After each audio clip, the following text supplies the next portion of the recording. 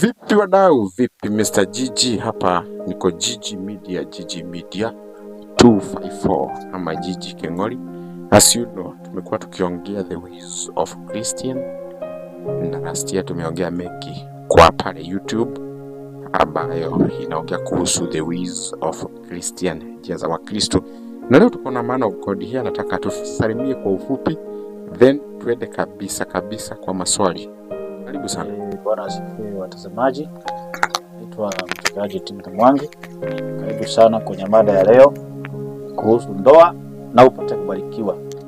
Haya, leo nataka tuongee kuhusu ndoa ambazo sana nataka tuuguzie kuhusu relationship.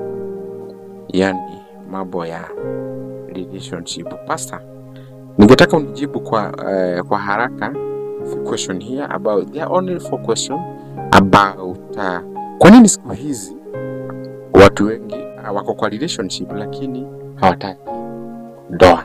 Unapata mtu wako kwa relationship lakini hataki ndoa. Nini kinasababisha? Watu wengi wako kwa relationship lakini hawataki ndoa. Kitu ya kwanza, ndoa ni mpango wa Mungu. So kuna majority wale ambao hawataki ndoa kwa sababu unajua tukisema siku za mwisho kutakuwa na Antichrist. Na kazi ya Antichrist ni kupiga mpango wa Mungu. Yes. Kwa hivyo ukisikia mtu kwa relationship lakini hataki ndoa, there is a form of ungodliness kwa huyo mtu. Ama there is a form of laziness. Kitu kingine, there is a form of laziness na kukataa responsibilities. Kama ni mwanaume anapotelea responsibilities za kulea, mwanamke anapotelea responsibilities za kulea, unakuta hata wengine mtu anazaa na wacha watoto na mambo kama. Okay, at least tumeelewa. Ya pili nasema kwa nini watu wanaogopa commitment lakini bado wanataka upendo. Unapata watu wengi siku hizi hawataki, yani mtu anaingia kwa ndoa ndio lakini ile commitment kujitoa hataki. Ni nini? Ni kwa sababu wako na uzembe. Kitu ya kwanza, hiyo ni uzembe, ni form of laziness. Na majority ya watu wale wako siku hizi wanataka vitu ambazo hawajagharamika. Na mimi kutoka wakati nimekuwa nikiwa mtoto mpaka sasa nimegundua siri moja na Mungu. Mungu hatawahi kukupea ile kitu hujagharamika. Ukitaka kuwa na kanisa kubwa, hiyo ni gharama. Ukitaka kuwa na biashara kubwa, ni gharama. Ukitaka kuwa gavana, ni gharama. Hakuna siku Mungu atakupea kitu ambacho hutagharamika. Hata ufuge siku ngapi, ugharamika ni lazima. So lazima ugharamikie. Lazima ugharamikie. Haya, swali ambayo naona muda wetu unaendelea kuyoyoma. Ningetaka unijibu hii ambapo kwa nini mapenzi ya siku hizi unapata watu wako kwa ndoa lakini mapenzi inaendelea kupungua? Nini inasababisha? Watu wako kwa ndoa lakini mapenzi inaendelea kuharibika. Nilikuwa naomba kuhusu mapenzi na nikaambia Mungu anipatie revelation kuhusu mapenzi. Na Mungu akanipatia ufunuo, akaniambia anything to do with marriage ni respect. Just respect. Usizoee mke wako mpaka umkosee heshima. Na wewe mke usikosee mzee wako heshima. Hata mkae miaka 10-20, heshima ikiisha ndoa imeisha. Hiyo ni usiri. Heshima ikiisha ndoa imeisha. Na watu wengi wanakosa heshima kwa ndoa kwa sababu siku hizi unajua tuko katika digital. So maybe unakuta mtu anaenda kwa gogo, anaona wanawake wako uchi.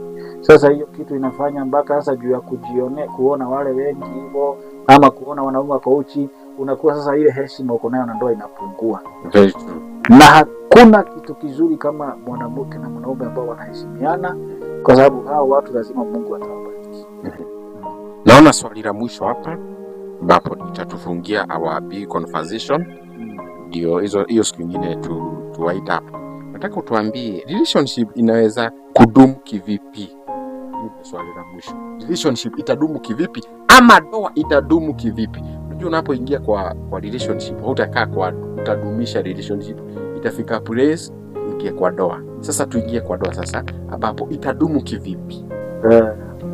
Kwa mambo ya ndoa, hiyo respect ikuwe ni kitu ya kwanza. Number 2, hii ni kwa wale ambao hawajaoa na hawajaolewa. Unapoenda kutafuta mtu wa kuoa, number 2, usijiconfuse na kutafuta kabila yenu. Kuna watu wengi ambao wametafuta kabila yao na baadaye ndio imeisha. So ndoa sio mambo na kabila lenyu. Very true. Nimeona mpaka Waluya wameona na Wakikuyu, nimeona Wamasai wameona na Wajaluo, na ndoa zikadumu. So kuna propaganda huwa zinaenea na za kuambia mtu lazima uolewe na kabila yenu, lazima uoe kabila yenu. We unaambia unaoa kulingana na mapenzi ya Mungu, kwa maana maandiko katika kitabu cha Wagalatia inasema sisi sio wa kabila tena, sisi ni wa Kristo. Sisi ni wa Kristo. Mjaluo sio Mjaluo tena, ni Mkristo.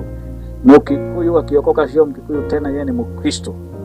Na hivyo ndivyo mapenzi ya Bwana. Kwa hivyo usiangalie mambo na kabila, angalia roho ya huyo mtu, na uangalie huyo mtu kama ile vision uko nayo. Kama wewe ni mchungaji, huyo mtu atakusaidia in the vision. Kama wewe ni mtu mwanasiasa, huyo mtu mtasaidiana in the vision, kwa sababu hauoi mke akuje akae tu hivyo. Ni akusaidie kufanikiwa kimaisha, akusaidie katika mambo ambayo maandiko yanasema msaidiane. Kama ni biashara msaidiane. Mke anakuja kukusaidia. Ningependa kuambia wanaume wale ambao, kuna wanaume wengi ambao walioa, lakini hawapei wanawake nafasi ya kuwasaidia. Nilisikia mwingine akiulizwa, ukishinda milioni 3 unaweza fanya nini? Nikitumuuliza, unaweza ongea na bibi yako akusaidie? Akaniambia siwezi. Ni shauri yake, yeye ni mtoto, mimi ndio naongoza. Wewe ndio naongoza, lakini Mungu alikupa mwanamke akusaidie, msaidizi. Bwana sifiwe. Amen. Kwa hivyo mwanamke ni msaidizi. Submission. Kwa hivyo wanawake pia nao waweze kusubmit. Hata ukipata pesa kuliko mzee wako uweze kusubmit. Unajua kuna kapepo kanapatanga wanawake. Wakati mzee amekosa kazi na mwanamke yuko kazi, kuna kapepo kanakujaga kudanganya wanawake. Sasa unalisha mwanaume namna gani? Na hako kapepo kanaenda mpaka kwa rafiki yako wewe mwanamke. Kanakuambia, marafiki yako anakuambia, "We, unalisha mwanaume mzima." Lakini hako kapepo akakuambia wakati alikuwa kazi miaka 10, wewe ndio ulikuwa unakula. Sasa kazi imesimama, si wewe usimame na yeye kabla apate kazi. Amen. Amen. Kwa hivyo hiyo ndio mambo ambayo mnaweza kuzingatia ili muweze kupata ndoa. Number 4 ninataka kuambia vijana wale hawajaoa.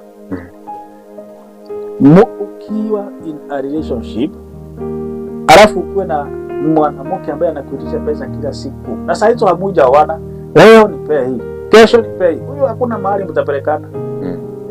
Sio vibaya kuitisha pesa, lakini sio kila siku. Sio kila siku unaitisha pesa, nipe. Na mjaoana. What about if you get married? Sasa si unaona hapo? In fact kitu nimekuja kugundua kuhusu wanawake. Mwanamke yule hakupendi atakuitisha pesa kila mara. Ule anakupenda atakuhurumia zaidi. Atakuhurumia, atakwambia tengeneze ya kesho. Ndio. Na saa zingine ule mwanamke anakupenda. Nyinyi vijana ambao hamujaoa. Mwanamke hata mwenye hajakupenda, saa zingine hata ataweka airtime mwenye anakupenda na akupigie airtime yake. Na saa zingine atatumia fare kama mnapatana. Sio kila wakati sina fare. Ama kila wakati unakuta unaambiwa please call me. Yaani mtu hawezi weka airtime akupigie. Hata hizi na saa hiyo unamtumianga pesa. Nini? Kumaanisha wao ni mikora. Majority unatumia mtu pesa, hajawahi kupigia simu, yeye ni please call me. Na wakati atakupigia hivi, unachukua simu ukifikiria ni upendo, anakuambia ni 7,500. Ni 7,500. Niko na kaisho ka 3,000. Mtu wakati tu anakupigia simu anakuambia ni 7,500. Ya nini? Sasa unaona mambo kama haya.